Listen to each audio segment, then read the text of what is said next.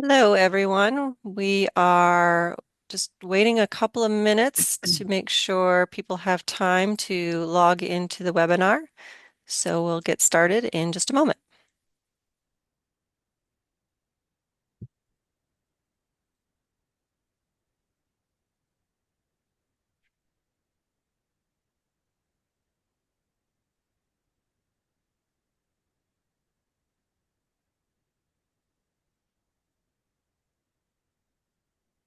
All right. We want to honor everybody's time, so I will go ahead and start with introductions. Good morning, everyone, and welcome. Today's webinar is brought to you by the Roybal Center for Promoting Adherence to Behavior Change and Enhancing Cognitive Function, also referred to as the Michigan Roybal Center. So my name is Ann Maringer. I'm the Michigan Roybal Center Manager, and I want to thank all of you for joining us. So this webinar is part of a regular series of lectures and learning opportunities. We host them every other month. And if this is your first time attending one of our events, we extend a special welcome. And for our returning viewers, welcome back. If you'd like to stay informed of our upcoming webinars and other center news, I'm going to drop a link in the chat a little bit later on here. And so please sign up for our newsletter. So our center is led by scientists at the University of Michigan and Penn State, and our mission is to translate basic discoveries about motivation and behavior change into scalable and potent interventions. Mm. Our work bridges science and everyday life by creating accessible, individualized interventions for brain and body health. And by harnessing new technology and building a strong scientific community, of which you are all a part of, we aim to help people move more, remember more, and thrive as they age. So we're proud to be a part of the network of Roybal Centers, which is generously supported by the National Institute on Aging. And the work we do is possible because of the research of our talented network of investigators, which brings us to today's speaker. So we are delighted and honored to introduce Dr. Chris Sciamanna. Dr. Sciamanna is a highly respected physician and researcher, serving as professor of medicine and public health sciences at Penn State University College of Medicine. And fortunately for our center, he is also one of our investigators. His research focuses on translating complex health Yeah. interventions into practical, real-world tools that people can actually use. So today, Dr. Sciamanna will be presenting his talk, How to Design an Exercise Program for Older Adults That They Will Do. In the world of behavioral science, we know that adherence is often the biggest challenge, and Dr. Sciamanna will be sharing key insights on how we can bridge that gap, creating a program that truly works. Before I hand things over, quick note on logistics. We have a Q&A feature at the bottom of the screen, so please, if you have any questions as we go, put them in that Q&A box, and I will take that question live to Dr. Sciamanna. And then if we have time at the end of the talk, we can also answer some questions then. But now, without further ado, please join me in welcoming Dr. Chris Sciamanna. Thank you, Ann. Thank you, David. Thank you to the whole Roybal crew. It's kind of fun to be able to do this. Please, if you have questions, just put in the chat. I will stop right there. And so we'll get started. When people ask me what my job is, I would say there's three kinds of exercise research. One is like, what's the effect on the human body? Maybe the basic science. Does it cure disease? And then, of course, how do we get the humans to do it? And that's kind of what I work on. I work on it a little bit differently than a bunch of other people, where we really design specific workouts, which I think is a little bit different than people who promote, say, more steps and things like that. So it's a different approach. I'm not saying one is better than the other, but this is the one we've leaned toward, and I'll get into why. Let's see if I can move this. Okay. And in some ways, we don't really need to go too deep into that older adults don't get enough exercise. You could probably fill in these older adult words with all the other population subgroups, but it's pretty low. People over 60. This is really one of the best accelerometry studies done with NHANES and shows very small percentages of people meeting meeting guidelines for physical activity, and that's been repeated in other studies. If we break it down to steps, it's really a few thousand steps per day. men and women. So and I put 75 here because that's really, I focus on people over 65, but really 75 is like this. Actually, there's something in the news just a couple of days ago, sort of when frailty begins. It's sort of like if you look at the curves, a lot of the curves really start to take a dive at 75. I'll get into why we focus on those. It's because we choose our customers. I, um, I think the goal that I've sought is that find a problem that exercise is proven to work and the other options, there's just no other great options. If you want to control blood pressure, exercise works. But you know what? So do ACE inhibitors, and they're really good and really cheap. So we look for things where there's not a lot of other great options than exercise. Because our goal is to scale something and have an insurer pay for it. And they're just going to generally choose the most cost-effective solution and promote that. So somehow we've got to find a couple problems that exercise can be the cost-effective one. Falls are a big one. We focus on that. Numbers are amazing. About a quarter of older adults fall in any one given year. Depending on how you look at it, it's one of the top 10 most expensive healthcare conditions in the United States. Um, so it's a big deal. And we're also of late been thinking about secondary prevention of MI because I think there's a lot of money to be saved for insurance there. Um, so, um, there's a lot of people, a lot of heart attacks happen, even though the death rates have been getting lower, but only about a quarter of people ever go to cardiac rehab. And that's only in the first year. What happens afterwards? So they become like those other curves that we've seen. And so, um, we focus a little bit on treatment because we really have gotten people's attention at that moment. They all of a sudden get they get focused, and insurers all of a sudden have an incredible interest in taking action because they only want to save money.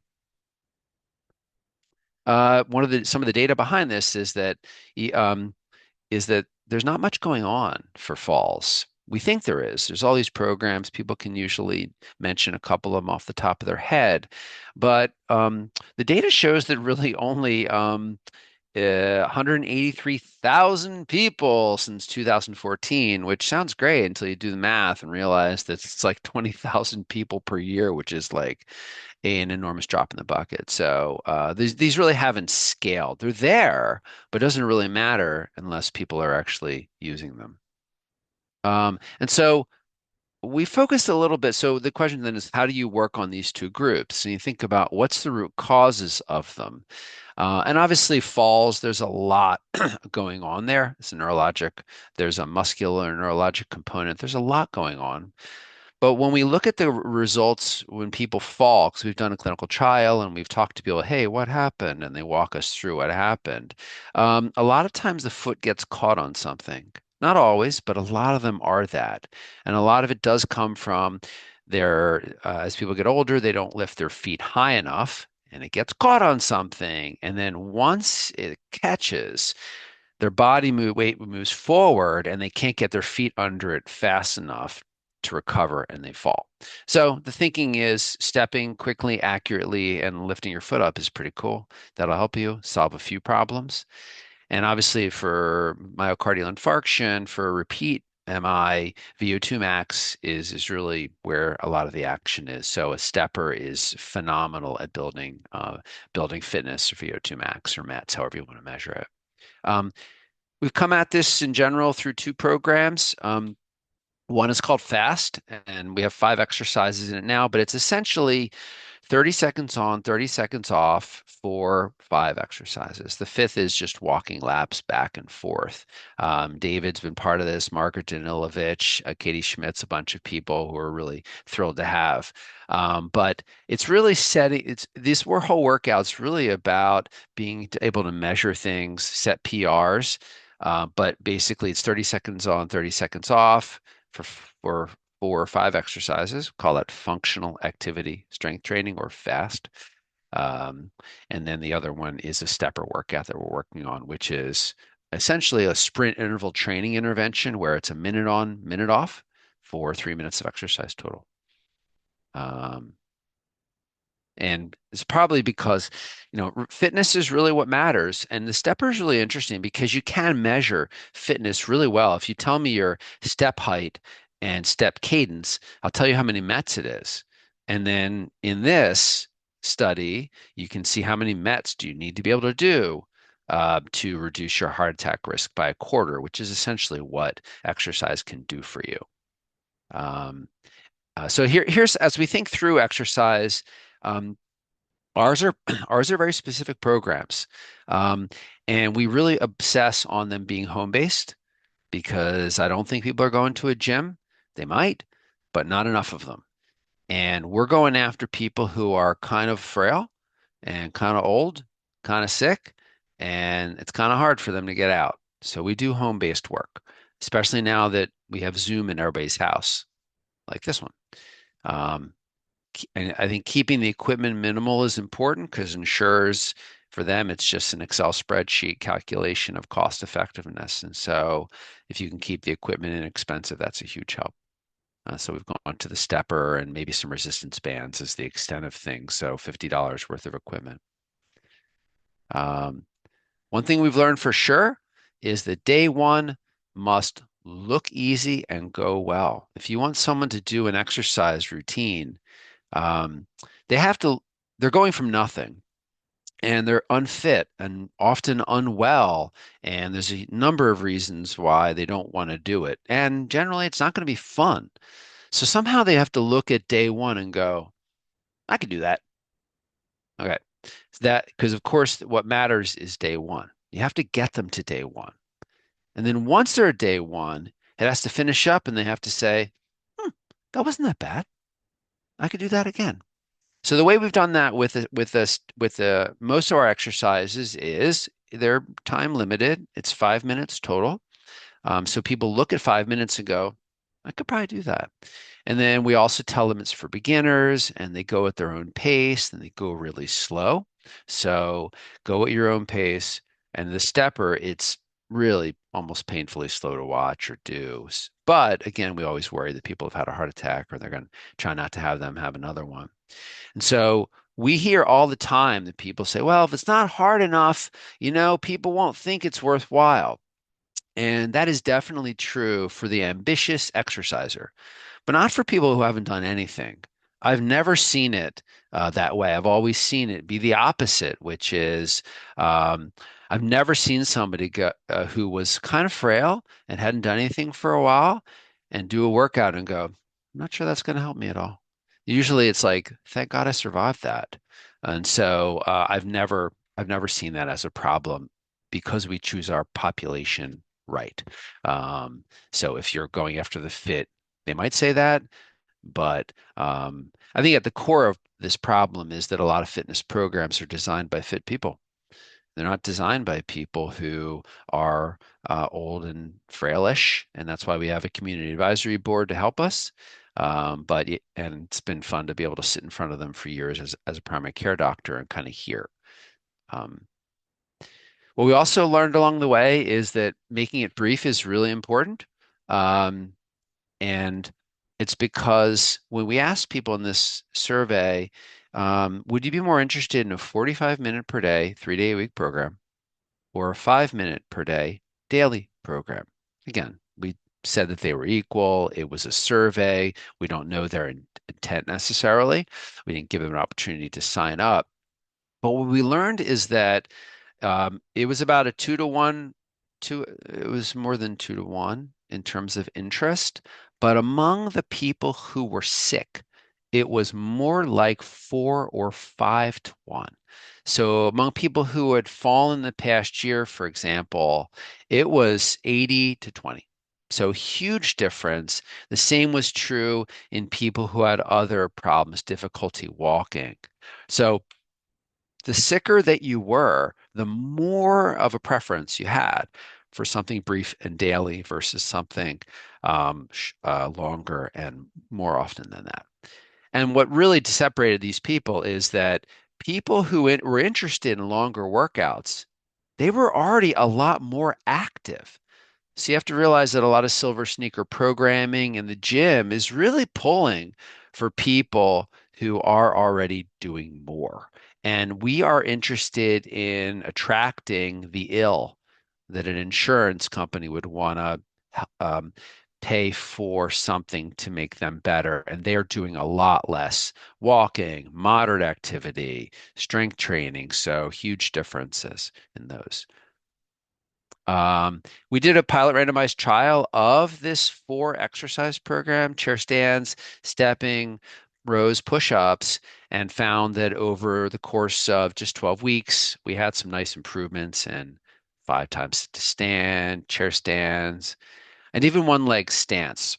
So that pilot data has helped us get a couple of grants. One is most recently an NIA grant, and one from PCORI to further the development of it.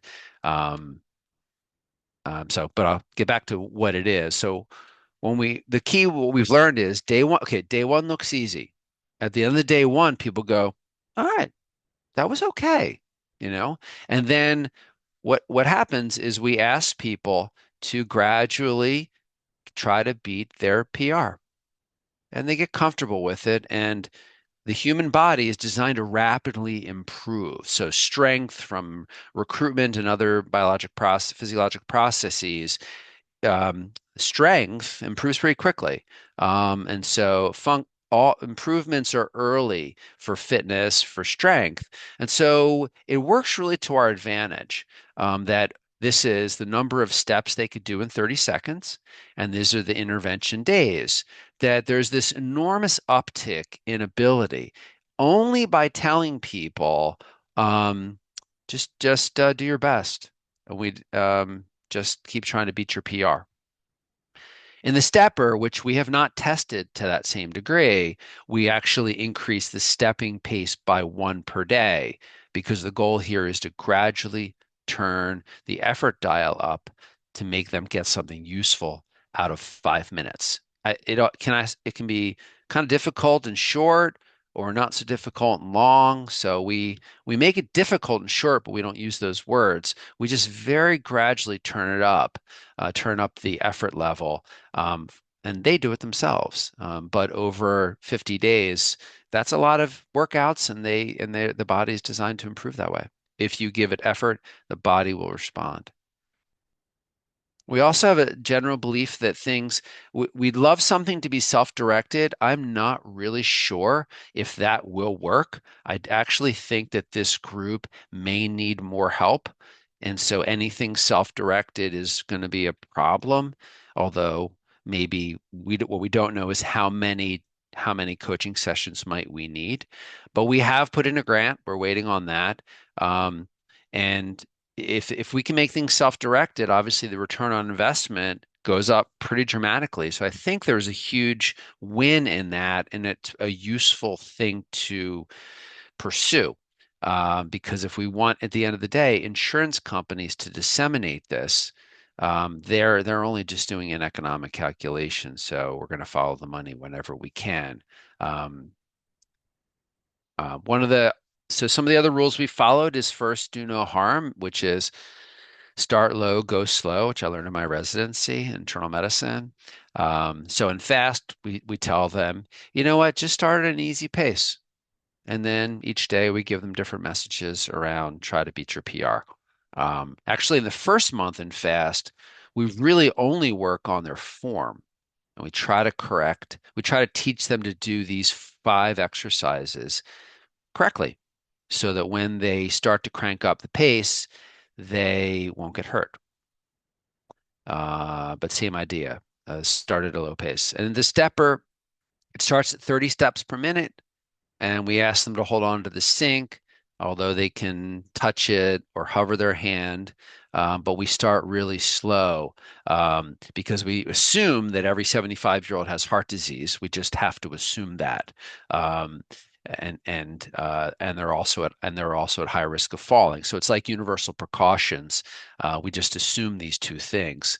So we get everybody, if possible, to do these exercises in front of the kitchen sink as the only place in the home that is really has a handhold that is consistent and very rugged. Um, We've also learned that if we can figure out what the small number of errors are, it'll probably be to our advantage because they're going to be big ones. The kind of principle, the Pareto principle would say 80% of the errors are only 80% of the total number of errors are only from 20% of the error type. So there's just a few mistakes that keep getting made over and over. It's like FAQs, same idea, frequent mistakes. And so we've learned what these are for each of them. And in the first month, we just train people to do these and we give them feedback every time on video about how they did with these three things. And so with the stepper, we know you don't step far enough, your foot can't land. You know you need to stand so that your toes and heels don't you're on the stepper and not close to the edge, and the people don't watch it. But we've simplified the coaching pretty dramatically by just watching for the three most common errors, particularly the dangerous ones, and just fix those. And that gets us pretty far. And I think the most important part is we've learned there's a lot of behavior change techniques. And in some ways you have to follow your hunch because you can't do them all. So we have obsessed on the idea of progress, that progress in some ways is the ultimate reinforcer for a behavior because you are improving at it. And there's something really powerful about the thought that, huh, I couldn't have done that a couple weeks ago. That's amazing. How did I do that? I'm making progress. And so I th this has really been our this is this our hunch that this is the motivator that really matters. So we have a paper tracking sheet for this. For the stepper, we ask them to write down their steps per minute. Did you keep up? How hard was it? And then in general, we tell them to keep going up until it gets to really high levels of effort. But they love to see it on the sheet of paper and go, look at that, look at me. So go me. Progress is a powerful one. That's our belief, and that's what people have told us so far. Um, some of the other tricks we use is we really engineer for laziness. I hate to say it that way, but I think it's called the principle of least effort for a reason. It is really one of the most kind of fundamental human kind of traits is that we will find the easiest way to do something. So in general, let's say cheating, it's maybe the wrong word. Finding the easy way is the rule, not the exception. So we really find exercises when possible that are cheat proof. A bunch of exercises are not cheat proof, and people will vary. Like the rows are a really good example. We use them because we have to do an upper body pull, but wow, people will rock themselves and they won't pull far enough back. It requires some discipline, but we're not worried about it because we're focused more on the lower body, to be frank about that.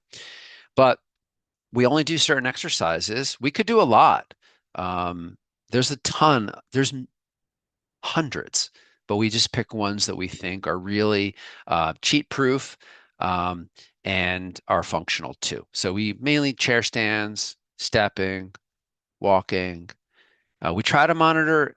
We do think that monitoring performance objectively is going to be incredibly helpful rather than a self-report. Obviously, a lot of people on this call do work with pedometers, accelerometers. I think distance is great. Step cadence is another. If possible, you can get objective data is great. It's very hard to do in strength work. But we have found anyway that even self-reporting their PRs, that helps too. Um, and in general, with our coaching, we have the data, we open it up and we can say, oh, you've been this adherent and look, your PRs are going up. And so we review how they've done. That accountability, I think, is really powerful for them. Obviously, in time, everybody wants to be affirmed by their coach.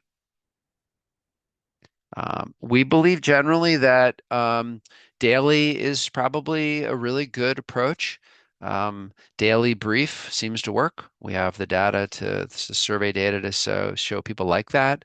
And it's partly because the enemy is always tomorrow. I've noticed this even with my own strength training.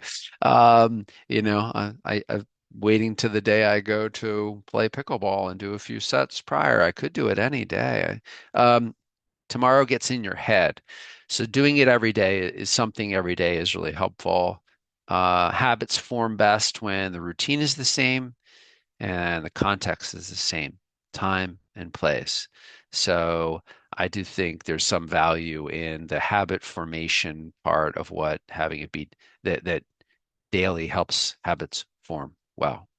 So we often ask our coaches, asking them, hey, what time of day works best for you? Because we're trying to get them to find a consistent time of day that works for them. Um, I think there's also something to be said for reduced decision making. The Otago program is like 16 exercises, but a lot of times you have to learn the exercise, you have to figure out how many repetitions, how many sets, how hard. There's a lot involved. And so, should we start at 4 inches and increase, or start at 8 and decrease if we need? We try to reduce the decision making for people. We used to start at the lowest band and keep going up. We realized a lot of people would just give up. So we start at the middle and we go down once in a while if we have to.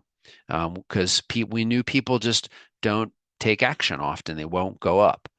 Um, but in general, should we keep mixing it? If you mix up the exercises, if we taught people 4 different ones each month, my sense, I'm not sure that would really help us. I think that would just create a cognitive demand, a training problem, a coaching problem. I see every single football team in the United States does bench press, and there's probably a reason for that. So we push, we pull, we stand, we step, we do basic functional things. And I don't think if you do that and people are comfortable with it, you have to mix it up all the time to keep it interesting. We use progress and PRs to keep people motivated, and that seems to have worked so far. Um, and the timer is really helpful too, because that answers how long. How hard is about PRs. And so we try really hard to actually limit decision making rather than giving people millions of options. We don't know how to get people to do this for years. We've got about a 75% adherence, daily adherence at a year. We don't know whether that's possible to go longer, but we're pretty happy with that, with how little support that people get at home with that. We've also tried to focus people on the concept that we're not exercising, that we're training, and that our exercises really are outcome measures in some studies. Chair stands is an outcome measure. We use it as an exercise because it's valuable. It's something we want to train people to do. So if your PR improves, in general, so does the outcome. It feels like cheating a little bit, but if that's a really important thing to be able to do, why not do it? I mean, you could one leg stance test could be a workout or it could be an outcome measure. If it's really important to be able to do, I mean, think of what a treadmill test is, right? If it's really important to do that, well, you could do that regularly, which I think is what running would be called. So yeah, we try to keep it simple and we try to convince people really that we're training them to do it, that it's training and not exercise. Because every day you are training yourself to be better or worse at something in the future. That's really all physical activity, cognitive, everything we do is training. So we try to convince them that we're training them to be better at these things in the future. Somehow it seems to resonate a little bit because it gets to the specificity of exercise. Exercise is specific. And so whatever you're doing, you're going to get better at if you apply some effort to it. Um, and we have coaching. We're lucky. We have Zoom coaching, 24 sessions over 12 months. And the way we train our coaches is to maximize positive feedback, catch people doing things right. Any positive thing. They set a PR. It's a milestone personal record. So they did 15 chair stands. Great, or 10. Adherence. There's streaks, there's milestones, there's thresholds. So if people are hit 70% of days, they hit 75% of days. We want to give them as much positive feedback as humanly possible. Um, and in a future iteration, if we could make this into an app every month, we could ask them some questions about their fear of falling, their ability to walk, maybe on a visual analog scale, and connect and let them know they're improving. Because a lot of times, improvement in something, some outcome is actually really slow. It doesn't happen quickly at all. I have a friend we play pickleball with, and I swear he's getting a lot better, but it happens so slowly he hasn't noticed. So if you don't, it's very hard to notice what's not obvious and not measured. So if we can measure some of these things, we can give positive feedback for it too. Um, and one of the things that we learned early on is that with the FAST study, we we changed the way we gave our coaches gave feedback and the email messages. We really focused the message from just being about do these exercises to obsessing about PR and progress about PRs. What we learned in that was over a short period of time, this is the calendar months that we made the switch during a pilot study. The RPE went up quite a bit, by 50% from 3.2 to 4.8. It made a huge leap. We don't wasn't a randomized trial. We don't know if that is what led to the effects that we saw, but this was pretty impressive. It convinced us that changing the messages to being about PRs increased effort. There's a logic to that. So we've stuck with that since. Um, we've also learned that the instructions we give people are really, really important. So again, we train people to do specific exercises, not to walk more and however they choose to do it. So we've really learned to watch for errors. We have videos of our sessions. We look at them. Um, and so we set up our instructions like step one, step two, step three. We've brought people in and gave them the instructions and watched them to see how they do. I'm actually working with a group at my church and a community and a volunteer there, as well as at a retirement community where we just give them, I just go there and give them the sheet and watch them see if they can figure it out. And then that can ask questions so we can obsess over the quality of the instruction. Um, so this is kind of what we've gone to. Step one, step two. We kind of do everything in that um, in format and graphical so people can follow it clearly. This is not the first version, but this is the most recent version. Um, it's amazing how the curse of knowledge um, functions. I mean, it's very hard to know what it's like as a newcomer. And so once you know something, you can't unknow it, which makes it almost impossible to teach to a newbie. And so we have to actually test things out with newcomers to see if we're right or wrong. And usually we're wrong. And so observation ends up being the key. We've learned that telling people what to do is kind of useless because we're talking about physical movements. And so I would ask you, hey, can you explain how to dance with words? And I would say that you really can't. So maybe some exercises are not as complicated as dances. I'll grant you that. But what we learn is say some things and then observe. If you haven't seen someone do something, you have no idea that they can do it. So we teach, observe, correct. And so we really get our coaches to observe someone doing it rather than saying, okay, next time I want you to pull your elbow back. Okay. Yes. All right. Move on to the next thing. So we don't do it that way. We teach them and we observe them. Hey, show me that. Let me just make sure you have that right before we move on. Just show me that. I'll watch. So teach, observe, because we're teaching people specific exercises. So, and we have a great opportunity to see them um, uh, through Zoom. One of the problems, of course, is older adults don't have perfect access to the internet. I would say the data shows about 75% have access to the internet. People, 75%. of people over 65. So in grants, I have so far convincingly argued to people that this problem, and I'm not the only one, obviously other people do, I didn't crack some code.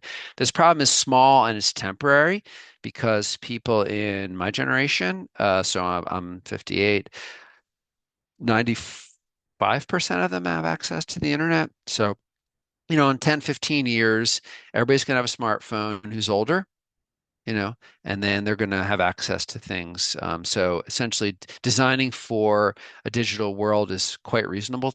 Although today we're a little stuck recruiting people who have access and frankly may not be really competent with their iPad. So we use email a lot. We use RedCap. We send them video links to videos on Vimeo, which we as well as audio links. Um, but the key is that the sicker people who are less tech savvy is the people who are less tech savvy are also sicker. So at this moment, we kind of need them. Email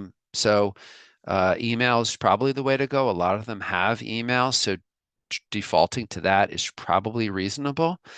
And so we've been obsessing over how do you make an instructional video. Making the videos right, I think, is really important. And so we've moved to when we make the video, it's not just a video. We actually do it in three ways. The first part of the video is, hey, here's why you should do it. The second part is, hey, here's what it looks like. And the third part is, we're going to do it together in time. So by the time you're done the video, you've actually done the workout rather than just here's the video and you're finished. So um, but a lot of the advantage here, I think, comes from reducing the number of exercises. I went to a patient's home in a retirement community that I do some work at, and she handed me the brochure for Otago, and it was 30 exercises. And I'm not here to diss it. There's randomized trials of it. But it's complicated. I mean, 30 exercises is a lot. I mean, because every day you have to ask yourself, what exercises, how hard, how many repetitions, how many sets, repeat 5 times, um, how fast. So it's complicated. We try really hard to reduce the numbers just to because we always assume that simplicity is the goal. It seems to always win in design. One of the things we also do is we tell people that you're going to have bad days. Um, and so, hey, if you're sore, take a day off. A lot of people don't know that, or they might hurt themselves. But setbacks in any exercise when people start is completely normal. Um, so we talk about, we just basically have to say if you think things are going to go sideways, you have to talk about it so the person's not shocked when they encounter it. Um, so. You need to talk about what it's like to return from an injury, what soreness means versus pain, and what should you take a day off. And so, yeah, absolutely. Yeah. When people live to fight another day, we say. Um, so the question is sort of what are the questions that are remaining? I really think there's a problem with understanding what the optimal combination of exercises for balance is. And so we're thinking about doing some work using machine learning to figure out to make a very, very powerful tool for the smartphone to measure balance, which I think it could. It's in my pocket hours per day, which if you think about how long your assessments are in research projects, that's unbelievable. And so it can really detect some small movements. But the bottom line is most all these studies reduce falls by 30 to 40%. They're often different. And so it's really like throwing spaghetti on a wall and seeing what sticks. We don't know a lot of those answers. We don't know how many sets per week they need to do. Um, we don't know how many minutes extra could we add on before adherence declined. So right now we're at 5 minutes, and we're actually going to add on 2 more minutes to that so that people can walk in separate direction. But we're going to offer it, see if people want it. But we don't know how high can we go. there's a big difference between starting an exercise program and saying, yeah, we're going to work you up to do 60 minutes, 3 days a week.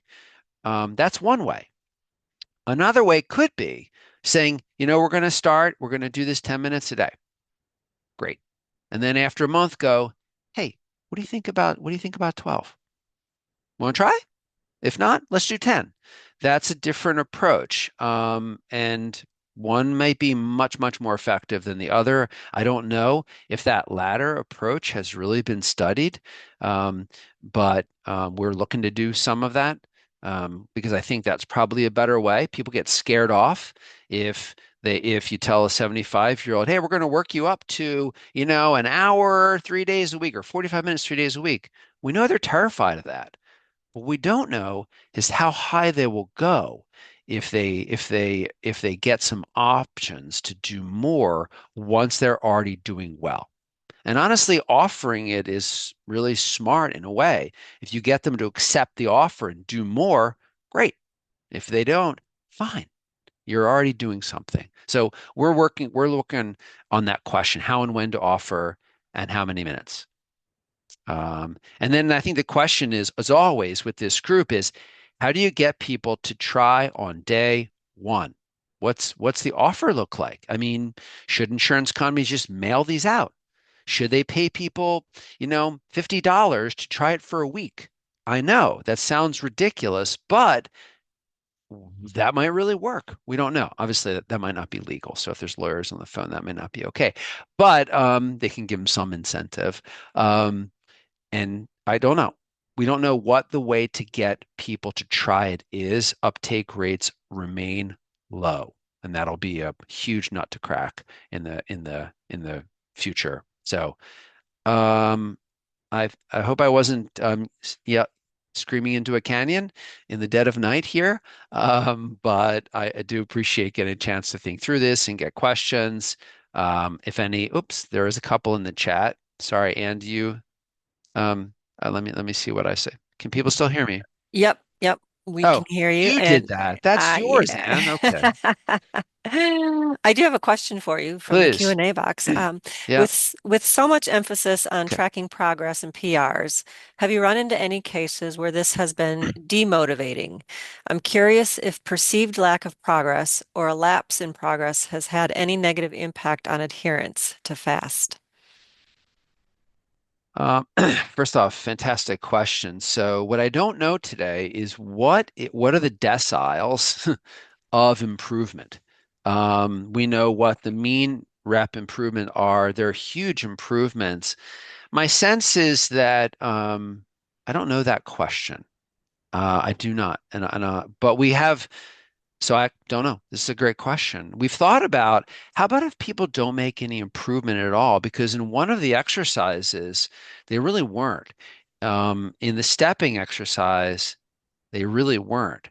And so I don't know whether it's demotivating or not, but we're going to start to do some interviews with people who have finished it, and that's one of the questions that we're going to add. Thank you, thank you. But one of the I think motivating things you can say is if you're 75 and let's say you're doing stepping on a stepper and you start out by you start at 30 and you get to 35. If you can stay at 35, that's actually fantastic because the nature of being 75 is every year your cohort gets weaker and slower. So staying at the same place is actually a win. So in some ways, some of these studies, you actually don't need a control group. You do. I get it. We do randomized trials, but I guarantee you every control group gets worse because they don't start exercising and the aging process makes them get worse. But that's a fantastic question. Sorry. Long-winded way of saying I don't know. Sorry.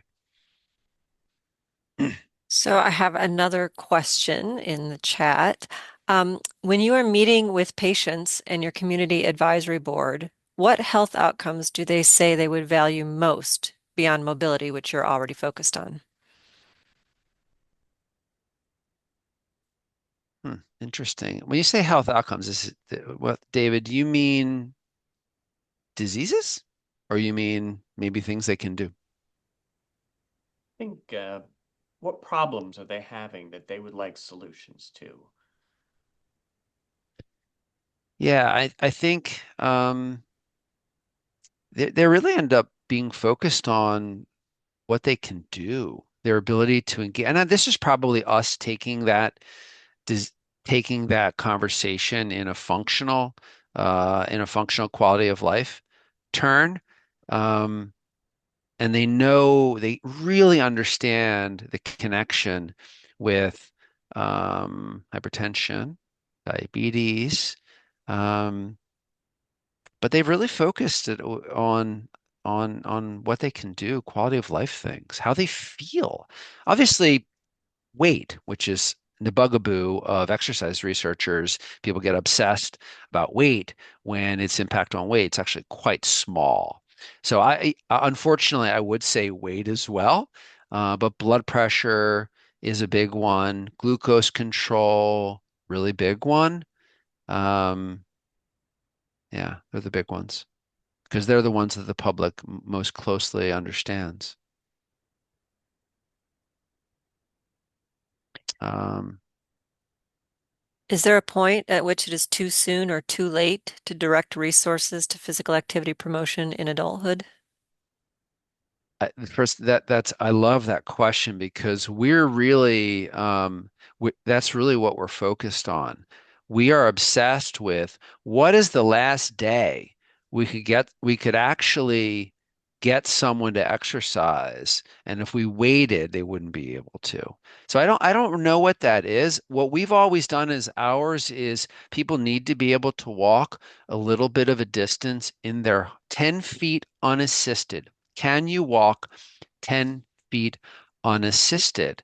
But, there's studies where people in wheelchairs improve, people with walkers improve.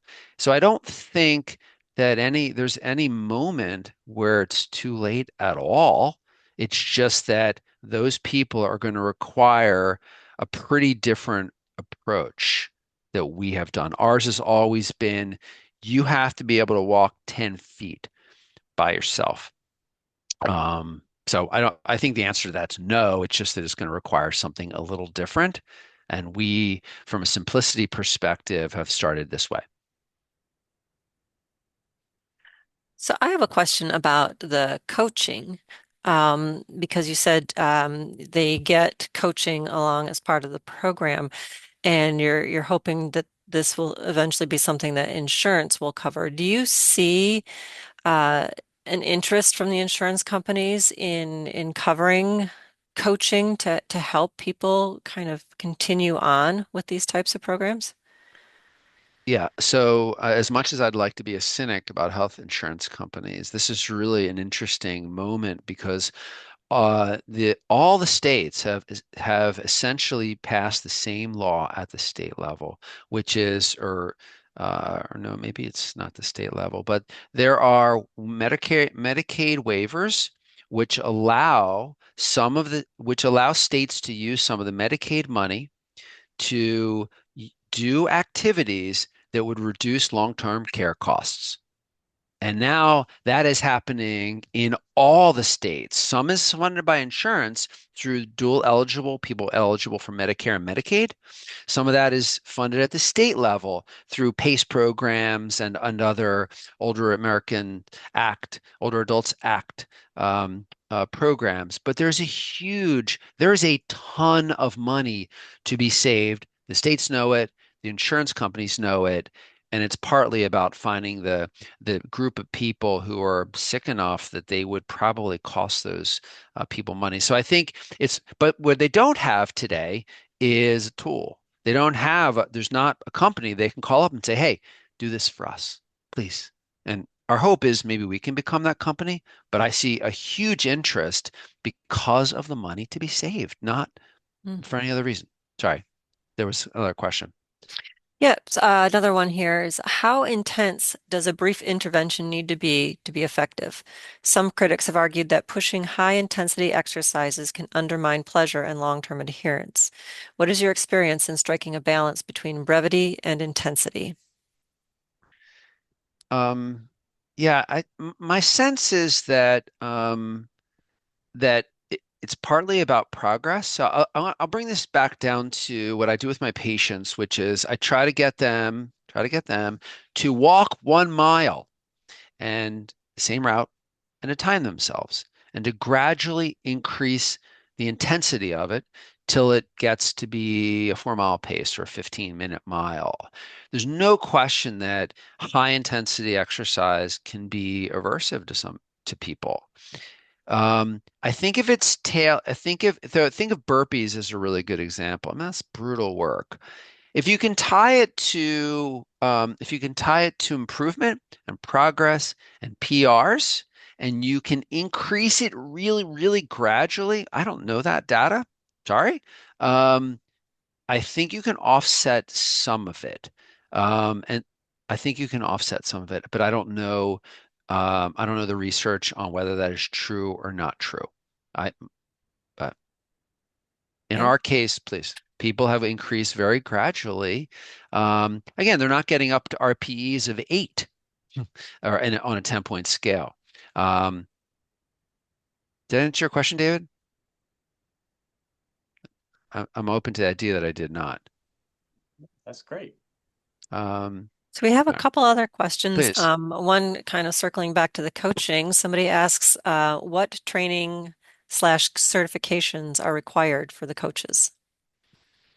So there's really two questions. One is that if you work with an insurer, they want some certification. So there are some coaching certification programs to do that. Check. In our case, we train them using a really structured protocol where this is what we want you to do during the session. We have them read off a screen, um, and to make sure they do everything until it is pretty much wrote and pretty much they'll cover everything. So we have a Red Cat page that opens up. We have them fill in a couple answers about things that happened during the encounter, but it really tells them, here's what you want to do next, and here's a way to say it. Um, so um, it's not that hard to coach, but we also then have learned really to use ChatGPT, say it does for everything, to take the audio. We transcribe the audio. Actually, Teams automatically transcribes those sessions for us.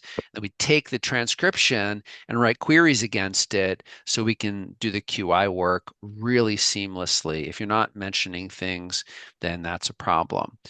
So that's been really nice to allow the QI side of it for remote work. But um, Hmm. have you have you considered comparing against existing apps in charge repetition, movement quality?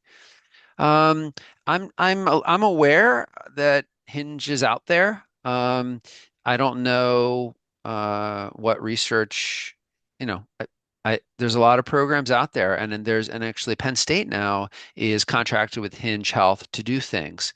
And now that I think it tracks repetition, I don't know if it tracking repetitions is one thing, obsessing on PRs might be another, but now I feel like it's a benefit to me and I'm probably the right age. I should just download it and try it on my own. But I have not. And I'd be really curious. So I appreciate someone putting that in because we have access through Penn State. And now I'm going to try and see what's there. Um, but I think partially be interested. Yeah, I think, there's companies that need to contract with this. I don't know. My sense with these people is we're going after people who are sick and that they need help. They're not going to do it on their own, but I don't know. This is what we've learned so far, but I appreciate the idea. Thank you. Thank you. Hinge Health. Penn State's going to rue the day they gave it to me as a benefit. Anything else? I don't see any other questions yet. We can give it a minute to see if anybody's in the middle of typing anything. David, can I ask you, what did you think about the brevity, intensity, brevity, intensity? You've been exposed to fast for a bit. What's your sense of are we flying too close to the sun? No, I think it's a really interesting question to wrestle with, and we've talked a lot about it over the years. I think that you're not asking people to do something that is so challenging that they're reaching that high intensity space. I do Yeah. think it's, you know, the greatest benefit, as we've talked about, comes from getting someone doing nothing to doing something. And that's where you're Exactly right. focused, and getting Yep. them to do a Yep. little more of Yep. something. Yep. And um, as time goes by, try to do a little more, a little faster, a few more reps that you can squeeze in. But I don't think you've crossed the Rubicon to being, the high intensity training, which I will say is proven really effective and you can get high adherence. I think there's still some really important questions about how that works and best. Yeah, I think the part that we've obsessed with is if you're going after the group of patients who have the most to gain from getting a bit of fitness, they're not doing that. I'd be shocked because these are people. It's amazing when you do clinical trials of exercise, you end up recruiting people who are pretty active. They are way above average. So you almost have to really do some fantastic pre-screening, accelerometry or something. I just have a really hard time believing that these frail people are gonna actually try that thing out. But I guess. But I appreciate. Thanks for having me again, always. Well, thank you, Dr. Shamana. I really appreciate your talk today. And thank you to everybody who attended. We'll be sending out a follow-up email to all the attendees, and we'll give you the link to the recording of this webinar and the link to register for the next one. And thank you so much for your time. Thank you. Bye bye.